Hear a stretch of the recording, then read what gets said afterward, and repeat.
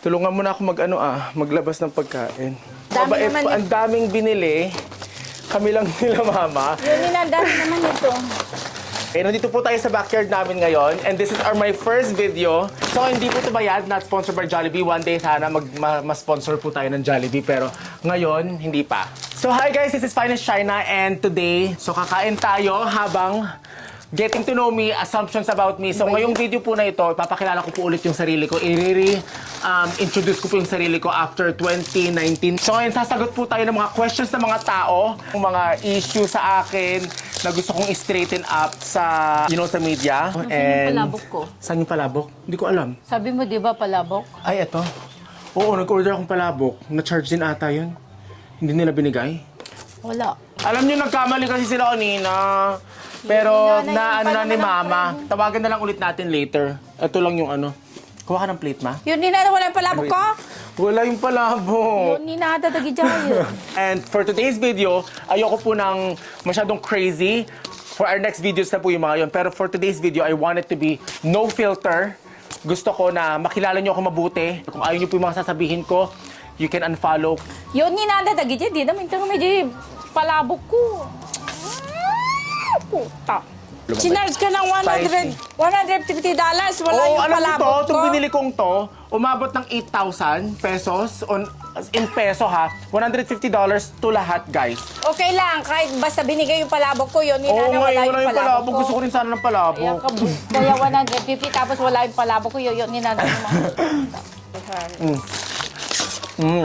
Isipin ko na lang na pansit palabok to, kasi ayaw ng spaghetti. Kunwari, ang sarap ng pansit palabok, puta. Ngayon, sasagutin po natin, and hindi ko alam kung mag-agree or magsasang-ayon si Mama, bahala siya dyan. Pero, sasagot po tayo ng mga controversial questions about me, mga kumakalat sa social media na mga tanong and mga assumptions about me na sasagutin natin ngayon, okay?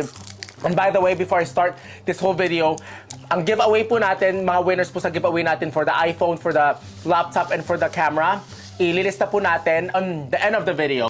So, marami pong giveaway na dadating. And for our next videos, marami rin pong giveaways na gagawin natin. Kaya pwede po kayong sumubaybay. Para, sa mga hindi po nananalo this time, you can also expect on our next video. Kaya huwag po kayong mawala ng asa. Okay? So now, let's do 10 assumptions about me. Mga assumption ng mga tao sa akin, mga pinagkakalat nila, mga 10 question na gano'n na pinag-collect po natin sa mga followers or sa mga haters or sa mga comments po natin na nakikita everywhere. So, ang mahiwagang tanong, ang unang tanong, may sugar daddy yan for sure, kaya ang yaman-yaman. Tanga, asawa ko yun. Asawa ni Mama ang sugar daddy. Actually, hindi. Pero po kami family business po siya. So, wala pong sugar daddy. Sana meron akong sugar daddy na pwede talagang bakit pa ako magtatrabaho, di ba? Kung merong sugar daddy, bakit pa ako gagawa ng ganito, ganyan kung may sugar daddy po ako? Kaya, no, wrong. Walang sugar daddy. Pero kung mas magandang isipin nyo yun para wala nang makialam sa trabaho or sa business po namin or whatever na yan, di ba?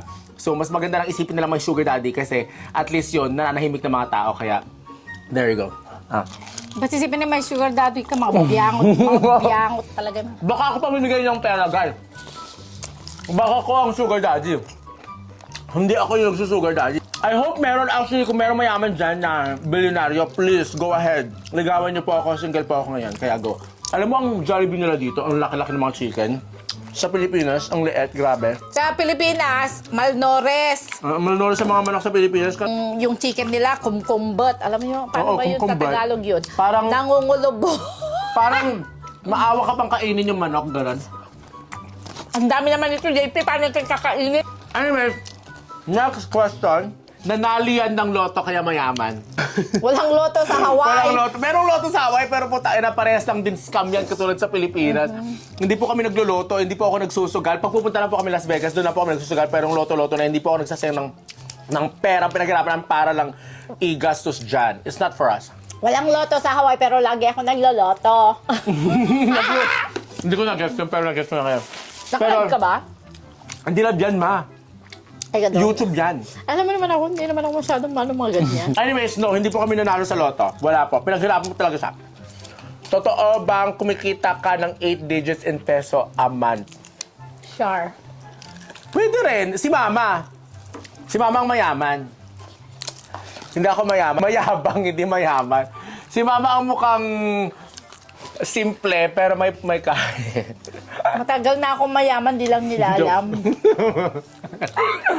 Nagjo-joke lang po siya. Magayaman sa pagmumura. Mayaman sa pagmumula, sa pagsasermon, mayaman siya. Mayaman sa pagmamahal in a way, kahit na masungit siya most of the time. Pero alam niyo guys, ang sarap talaga ng pansit balabok. Pag in-imagine mo yung spaghetti na it's a pansit Hindi balabok. talaga siya makaget over sa palabok na yun, ha? Pero anyways, kumikita nga daw tayo 8 digits, pwede. Well, si Mama, ako rin pwede kung peso. Depende rin po kasi sa buwan po yan, eh. Pero, oo, pwede po. I would say pwede. Kumikita ng 8 digits. Ilan ba yung 8 digits? So, kung 0 is 6, di ba? 7, 8. So, 6 digits is 100. so 10 million and up. It's 100. Yes. Hindi Anong 100? Nasa 80-20, ganon. 10. 10 ang 7, 8 digits. So, oo, umaabot ng 8 digits. Kung dalawang naman ko na, 10 million and up, oo. A month? Oo, pwede. So, next question. Ito na po ang fourth question natin. Ano ba talaga ang work nyo? Okay, yan po ang number 1 namin na ayaw pagsabi ni Mama Ito. kasi ito po ang work namin, magpaganda, magkumain, mag-alaga ng aso.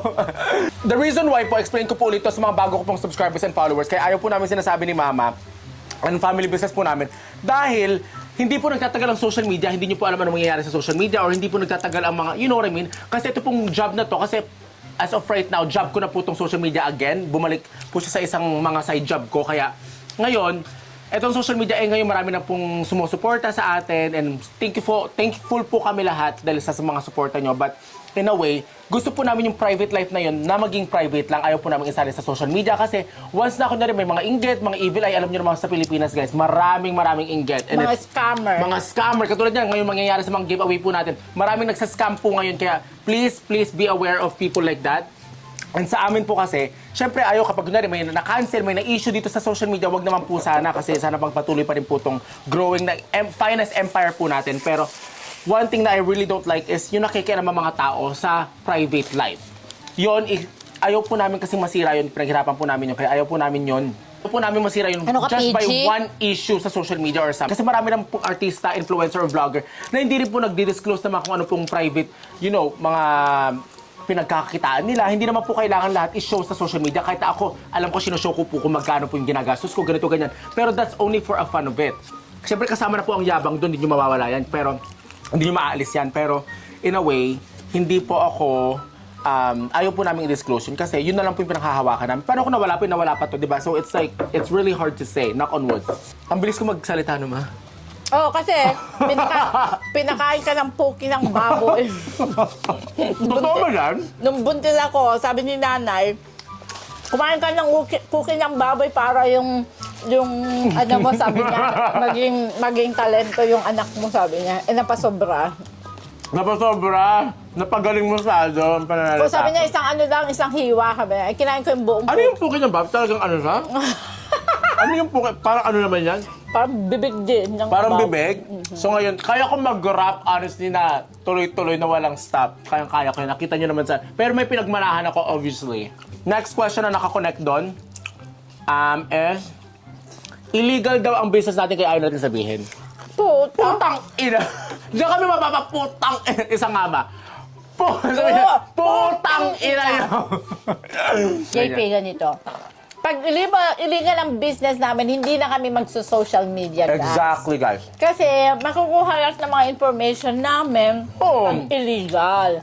Ayaw kong maposas kasi hindi ko naman ayaw ko sa kulungan na. Sa Amerika hindi ka pwedeng Bawal ka manloko sa illegal.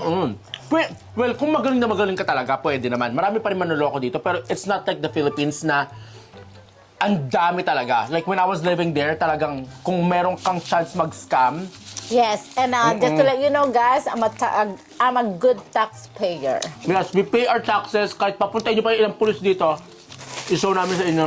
Ang mga illegal hindi nababayad ng tax. Yes, mga alam niyo mga mga kurakot na bumibili ng mga milyon-milyon na mga putang inang alahas na yan, tapos wala namang binabayad na tax. Tsaka dito, pag bibili ka ng mga magka-cash ka, i-question ka.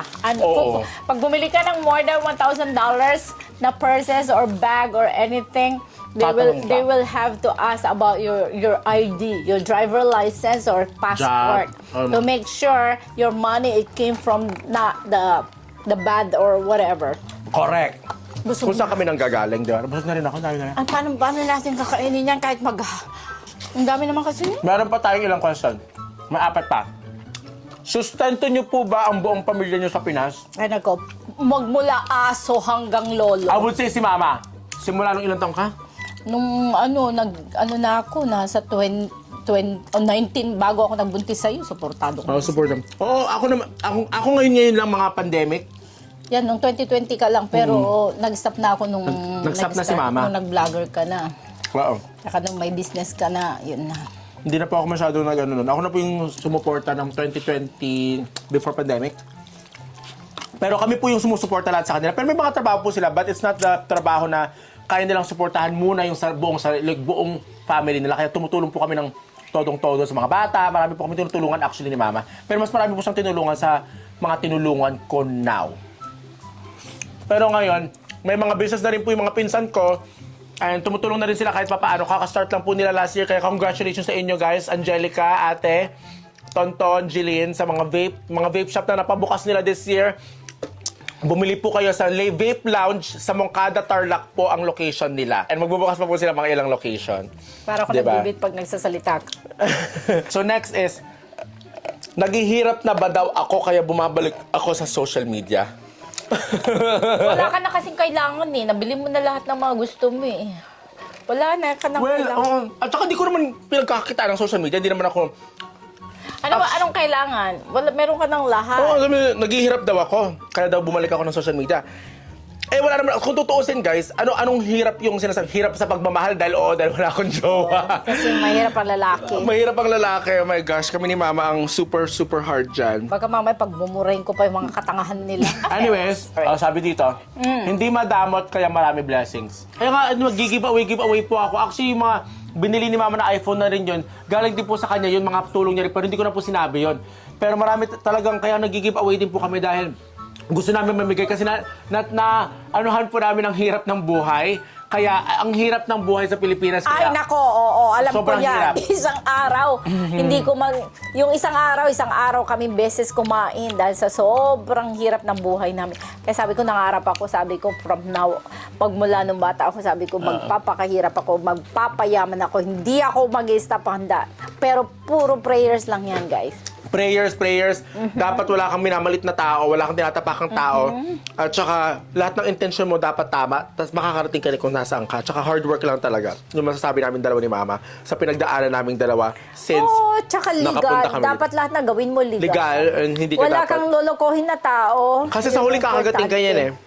Wala kang lolokohin, lahat maging mabait ka lang sa mga tao. Yan, pagpapalain ka. Pagpapalain ka naman. Next question. Sinabi ko na ba to yung lahat daw ng mga suot natin fake? Fake, oo. Alam mo, mas maganda nang malaman nilang Try fake ko to yun. para hindi nakawin. Oo. Knock on wood. Char lang!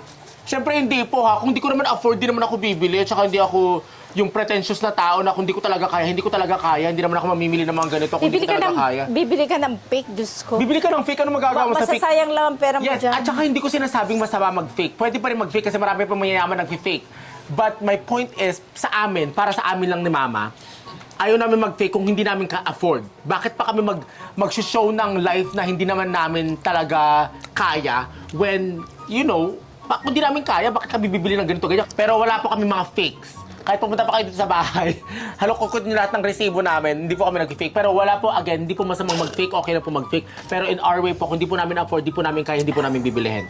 Okay, last question. Wala namang bahay yan sa Pinas, nagre-rent lang. Oo, hindi naman kami I'm not ashamed for that. Hindi pa kasi kami ready at saka ngayong time na to, yung sa family namin, ayaw din nila mag-move to a big house kasi hindi pa sila sanay sa ganung buhay talaga na yung gusto nila pero ayaw nila umalis sa subdivision kasi doon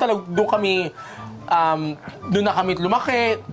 Sa bahay na kung saan kami ngayon, ni-renovate lang, pero doon na talaga lahat ng memories namin. Tsaka parang hindi pa ready umalis ng buong-buo yung family ko sa place na yun dahil, yun nga, maraming history na doon sa bahay na yun. Pero kung bahay lang pinag-uusapan namin, kaya namin bumili ng bahay para sa pamilya namin. At tsaka kaya namin mag-invest. Meron kami mga investment, marami kaming lupa, ganito, ganyan. Pero yung bahay mismo na titirahan nila, we like living there better kasi mas grounded kami. At tsaka pag nasa Pilipinas kami, parang simple lang ng buhay. Kaya parang yun yung hinahabol po namin. Hindi naman yung luxury ang habol namin sa Pilipinas pag umuwi kami. I just wanna say guys, yung kami ni Mama, nung nangyari ngayon pinag-usapan natin, no filter. Ganito po kami sa buhay. Mga sinasabi namin, walang ka-filter-filter yung bunganga. And I wanna show you guys that mismo sa camera. Gusto ko makita nyo kung paano kami, kung ayaw nyo kami, ayaw nyo kami. Kung gusto nyo kami. Totoo lang po kaming tao, mabait kaming tao. Pero mabunganga lang talaga kami.